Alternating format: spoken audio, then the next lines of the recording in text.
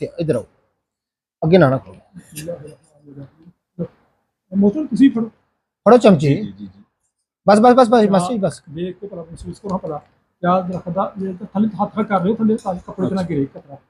ਬਸ ਬਸ ਬਸ ਬਸ ਇਹਨਾਂ ਨੇ ਪਾਓ ਮਹਿਸੂਸ ਕਰੋ ਭਲਾ ਬਿਲਕੁਲ ਹੈ ਕਿਆ ਜਾਮਨ ਦਾ ਜਾਇਕਾ ਜਾਮਨ ਦਾ ਜ਼ਾਇਕਾ ਬਿਲਕੁਲ ਮਹਿਸੂਸ ਹੁੰਦਾ ਹੈ ਇਹ ਲਿਖਿਆ ਜੀ ਜਾਮਨ 26/5 ਜਾਮਨ ਦਾ ਜਾਇਕਾ ਹੈ ਜੀ ਬਿਲਕੁਲ ਹੈ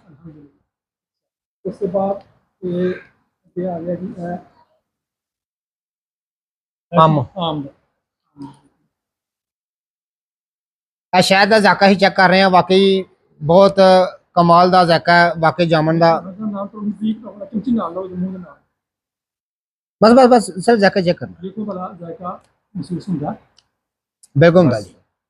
ਵਾਕਈ ਇਹ ਅੰਬ ਦਾ ਮੈਂ ਸ਼ਾਇਦ ਟੇਸਟ ਚੈੱਕ ਕੀਤਾ ਹੈ ਇਹਦੇ ਸ਼ਹਿਦ ਵਿੱਚੋਂ ਅੰਬ ਦਾ ਟੇਸਟ ਆ ਰਿਹਾ ਇਹਦੇ ਮਤਲਬ ਗੁਜ਼ਾਰਿਸ਼ ਹੈ ਹਕੀਮ ਸਾਹਿਬ ਜੀ ਜੀ ਅੱਲਾ ਦੀ ਕੁਦਰਤ